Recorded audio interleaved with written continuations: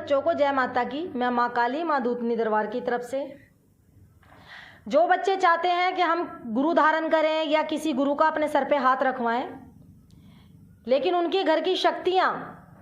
जो उनके घर के प्रेत होते हैं, उनका मन किस तरीके से बदलते हैं और किस प्रकार से उस बच्चे को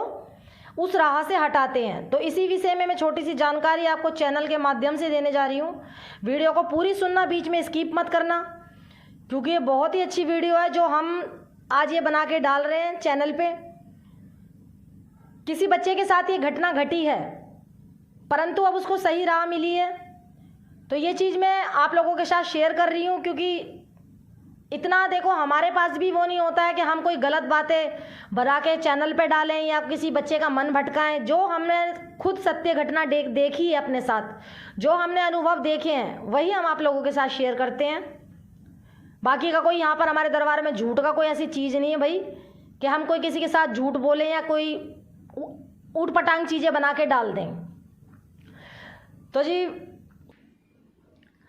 अगर कोई बच्चे चाह रहे हैं कि हमें गुरु धारण करना चाहिए या फिर हमें कोई शक्ति अपने शीश पे चलानी चाहिए या शक्तियों से अच्छा कार्य लेना चाहिए या गुरु धारण करके हमें किसी से मंत्र लेना चाहिए और उन मंत्र के द्वारा ही हमें अपने बिगड़े काम बनाने चाहिए।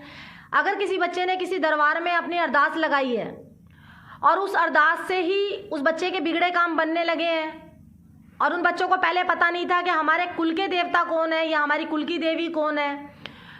और उस दरबार में अरदास लगाते के साथ ही उनकी कुल की देवी भी दर्शन देती है और कुल के देवता भी दर्शन देते हैं। और जिस दरबार में अरदास लगाई है, उस दरबार का जो माँ का सेवक होता है, वही है उनको सपने में आके कोई रास्ता बताता है,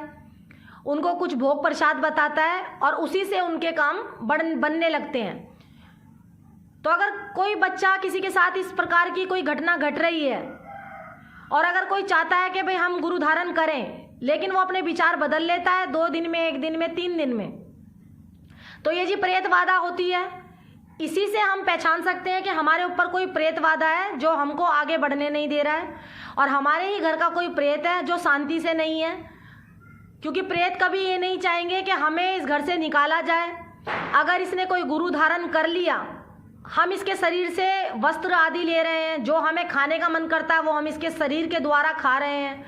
और इसको हम आगे नहीं बढ़ने दे रहे हैं। परंतु वो बच्चा अगर अच्छी शक्ति पाने की सोच में होता है, किसी अच्छे दरबार से जुड़ जाता है और उसका काम बनने लगता है, तो वो मन में विचार कर ले कि हमें गुरु धारण करना है तो करना ही है। बस ये छोटी सी एक प्रेतवादा होती है जिसको हमें खुद पहचानना होता है। बिना किसी गद्दी दरबार पे जाए, बिना किसी भगत के पास जाए, हम खुद घर बैठे ही कैसे पहचाने। अगर बच्चे ने सोच लिया कि हमें गुरु धारण करना है और 2-3 दिन के अंदर ही सोते टाइम आपका सीना दबने लगे या फिर आपको रीढ़ की हड्डी में कुछ कंपन महसूस हो, जैसे कोई चींटी रेंग रही हो, कोई कीड़ा चल रहा हो रीढ़ की हड्डी में, या फिर आपके माथे पे, जो मस्तक पे जहाँ हम तिलक लगाते हैं, वहाँ पर खिंचाव हो और रात के टाइम आपको 12 से लेकर 2:30 के बीच में, 3 के बीच में आपकी आँख खुल जाना और आपका रोना, खूब एकदम से डर महसूस होना, सीने पे भारीपन रहना, तो ये जी प्रेत बाधा होती है। क्योंकि जिस बच्चे ने अगर सोचा है कि हमें कोई गुरु धारण करना है, क्योंकि वो अच्छे कार्य में आगे बढ़ने वाला है, वो किसी गुरु का हाथ अपने सर पे रखवाने वाला है, तो ये प्रेत जो होते हैं ये भटकाते हैं, ये पीछे खींचते हैं कि ये इस दरबार से इसका कार्य होने वाला है। अगर इसने कोई गुरु धारण किया तो इसके साथ महामाई की जोत भी जलेगी, इसके घर में महामाई की जोत जलेगी। अगर महामाई की जोत जलेगी, माँ जगदम्बा की जोत जलेगी, तो हमें इसके घर से बाहर जाना पड़ेगा और हमें इसके शरीर को छोड़ना पड़ेगा। क्योंकि गुरु की महिमा ऐसी होती है, क्योंकि गुरु एक वो प्रकाश होते हैं, गु अंधकार और रू उजियारा, जो गु में से उजियारे में लेके जाते हैं, तो दोनों को मिला के गुरु ही एक ऐसी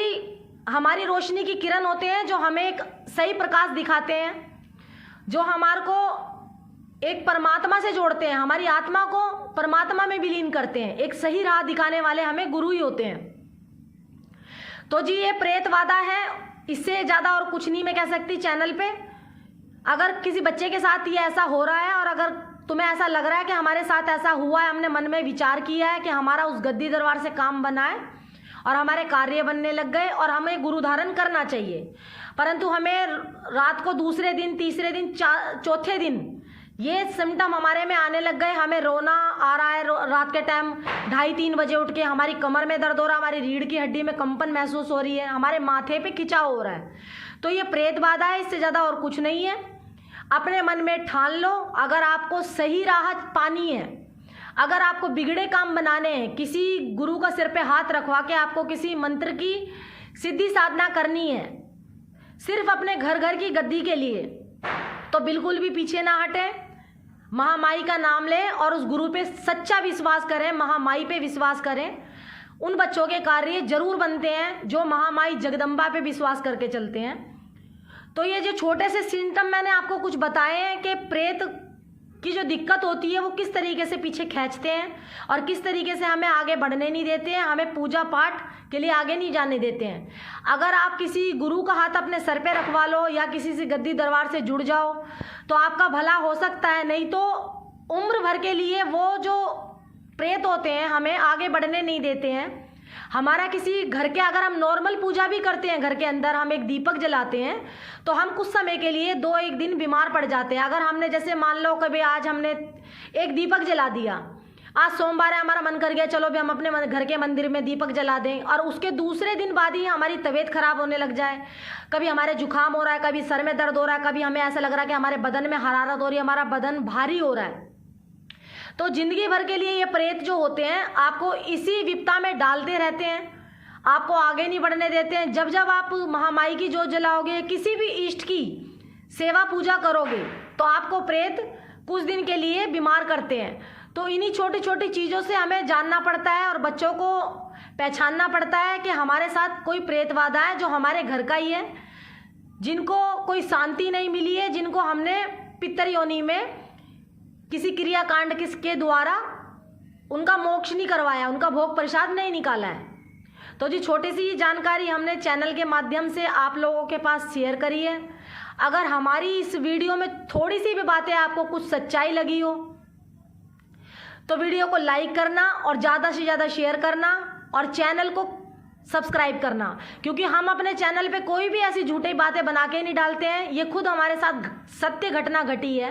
हमने खुद देखा है अपनी आंखों से ये चीज़, जब ही मैंने सोचा चलो ये वीडियो बना के डाली जाए।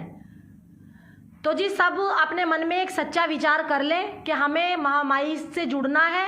चाहे कितनी भी आंधी आए, कितने भी तूफान आए। अगर हम उस महामाई के चरणों से जुड़ना चाहते हैं तो मन में पक्का विचार कर लें कि हमें जुड़ना है तो जुड़ना है, क्योंकि प्रेत बीच में अड़ंगी देते हैं। तो जी सबों को जय माता की।